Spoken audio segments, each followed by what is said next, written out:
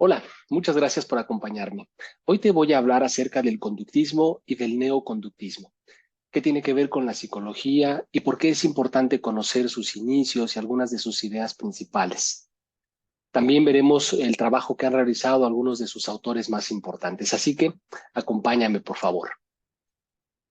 Dentro de las múltiples teorías, escuelas y corrientes psicológicas que existen, debemos mencionar sin duda al conductismo y sus variantes como una parte fundamental. Hay diferentes definiciones de la psicología, algunas quizás más complejas que otras, pero al final de cuentas siempre se la relaciona con el estudio de la mente y la conducta. Por eso es tan importante este tema. Y a diferencia de la visión dualista que presenta la filosofía antigua, el conductismo confirma que hay una estrecha relación entre los procesos mentales y nuestras acciones. Es por eso que se vuelve una tarea muy importante entender el surgimiento del conductismo. En este video analizaremos brevemente las características de esta corriente y los trabajos experimentales realizados por sus representantes más importantes. Lo primero que tenemos que saber es qué es el conductismo. Bueno, durante mucho tiempo hubo un importante debate acerca de su definición. Para algunos se trataba de una teoría psicológica, otros decían que era una filosofía de la psicología. Y al final fue Skinner quien propuso y además popularizó su definición como una filosofía del comportamiento humano. Y dado que el comportamiento es un elemento observable, según el conductismo, también es posible su modificación. Así que vamos a concentrarnos en el trabajo de estos personajes y analizaremos algunos de estos experimentos. Para empezar, no podemos hablar del conductismo sin mencionar el trabajo del fisiólogo ruso Iván Pavlov. Esto es porque aunque a Pavlov se lo suele relacionar con el condicionamiento clásico, lo cierto es que el condicionamiento es el fundamento del conductismo. Para dejar claro esto, vamos a referirnos a los estudios experimentales que realizó a finales de la última década del siglo XIX. Eh, Él hizo un experimento que se conoce hoy como el perro de Pavlov. Este ejercicio consistía en obtener una misma respuesta a pesar de haber modificado un estímulo. Pavlov se dio cuenta de que un perro salivaba al observar la comida. Esta salivación es un proceso natural, es lo que se llama una respuesta incondicionada. Y la comida es el estímulo incondicionado, es decir, algo que se da, como decíamos, de forma natural. Así que Pavlov empezó a utilizar un estímulo neutro, una campana, y a tocarla al mismo tiempo que presentaba la comida al perro. Este ejercicio lo repitió una y otra vez, de manera que ahora el perro salivaba con solo escuchar el sonido de la campana, aunque ya no se presentara la comida. ¿Qué fue lo que sucedió? Que este estímulo neutro, que es la campana, ahora se convirtió en un estímulo condicionado, porque producía la misma respuesta de salivación que la comida originalmente, pero ahora esta respuesta se convirtió en una respuesta condicionada. Este ejercicio dejaba muy claro la relación que existe entre el estímulo y la respuesta, que es el principal objeto de estudio del conductismo. Así que no se puede negar la influencia del condicionamiento dentro de esta corriente. Y el ejemplo de Pavlov es una clara muestra de ello. Fue entonces a partir de la primera década del siglo XX que en Estados Unidos el psicólogo John Watson comenzó a dar forma al conductismo como lo conocemos. Su principal interés estaba en describir la conducta a través de la relación estímulo-respuesta. El estímulo podía venir de cualquier fuente, especialmente ambiental. De acuerdo con Watson, existe un proceso de adaptación que permite modificar la respuesta ante el estímulo. Si lo comparáramos con el ejercicio que hizo Pavlov, sería un poco lo contrario. Pavlov modificó el estímulo tratando de mantener la misma respuesta. Bueno, Watson quería hacer lo contrario y para probar su teoría utilizó su famoso experimento de el pequeño Albert. Seguramente has escuchado de él o has tenido algún acercamiento a este. Se trataba de un niño que no le tenía miedo a tener cerca a una rata. Podía tocarla sin ningún problema. Sin embargo, después se golpeaba una barra de metal muy fuerte, al mismo tiempo que el niño se acercaba a la rata. Tan fuerte era el ruido que le producía miedo al niño y lo hacía llorar.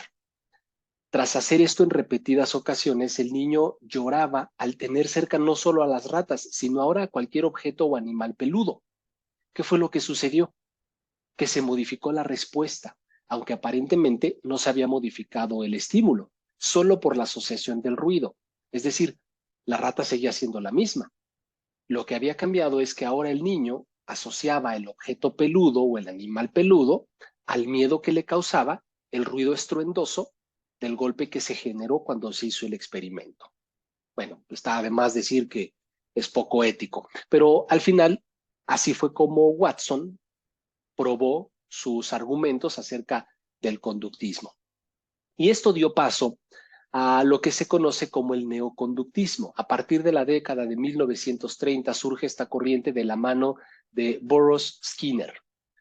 Podríamos decir que el neoconductismo, como su nombre más o menos lo dice, es una evolución del conductismo.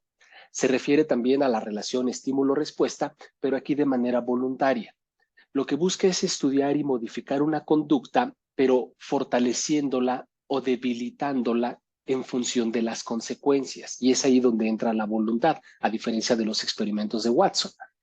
Esto es lo que se conoce como el condicionamiento operante y se genera justamente mediante el estímulo producido por el ambiente y los refuerzos recibidos al mismo tiempo.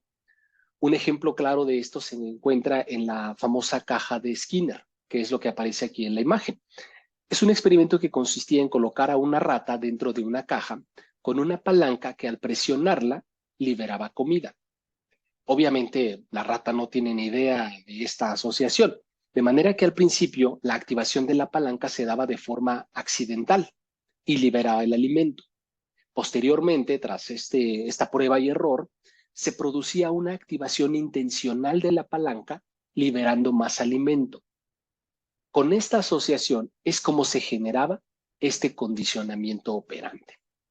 Y este caso pone de relieve estos elementos. Por otro lado, dependiendo del reforzamiento, una conducta se puede fortalecer o debilitar. Este es como una especie de evolución de este mismo condicionamiento operante. Según Skinner, la conducta se puede modificar en dos direcciones. Por un lado, serían los refuerzos positivos y negativos para que una conducta no solo persista, sino que aumente. Y por el otro, castigos positivos o negativos para que la conducta desaparezca eventualmente. ¿Cómo es esto? Parece contradictorio esto de refuerzos positivos y negativos y por otro lado castigos positivos y negativos. Esta ilustración que aparece aquí lo pone como un ejemplo muy claro. Hablemos del refuerzo positivo. ¿Qué es un refuerzo positivo? Un premio. Imagínate, tú quieres que el niño saque buenas calificaciones. Así que lo que haces es darle un premio como un incentivo. Si sacas buenas calificaciones, te voy a dar un premio, te voy a dar dulces. ¿Cuál sería el refuerzo negativo? Eliminar un elemento que cause incomodidad al sujeto para que pueda hacer la tarea que se le ha encomendado. A ver, pequeño, si tú sacas buenas calificaciones, no te obligo a comerte las verduras. No es un misterio que a los niños no les gustan las verduras. Entonces, fíjate, en ambos casos, tanto en el refuerzo positivo, que es darle un premio, y el refuerzo negativo, que es quitarle algo que le cause incomodidad, estás buscando el mismo objetivo, lograr que la conducta se fortalezca. Ahora, hablemos de los castigos. Hay castigos positivos y castigos negativos. ¿Cómo es esto? Bueno, un castigo positivo sería agregar una respuesta desagradable. Por ejemplo, el niño está haciendo una rabieta. Si no dejas de hacer rabietas, te voy a obligar a comerte las verduras. ¿Cuál sería un castigo negativo? Eliminar un elemento agradable para el niño o para el sujeto. Si no dejas de hacer rabietas, te voy a quitar los dulces o ya no vas a comer dulces. En ambos casos, tanto en el castigo positivo como en el castigo negativo, lo que buscas es modificar esta conducta de manera que se debilite hasta que desaparezca por completo. Así es como funciona entonces este condicionamiento operante y que son las bases al final del neoconductismo. Por eso decíamos al principio que la parte del condicionamiento está ligada inevitablemente a la parte del conductismo y del neoconductismo. En conclusión, tanto el conductismo como el neoconductismo han recibido duras críticas debido a sus métodos, los resultados que no siempre han aportado la información esperada y algunos otros puntos. Además, la sola idea de controlar la conducta suena un tanto manipulador y esto ha despertado muchos prejuicios.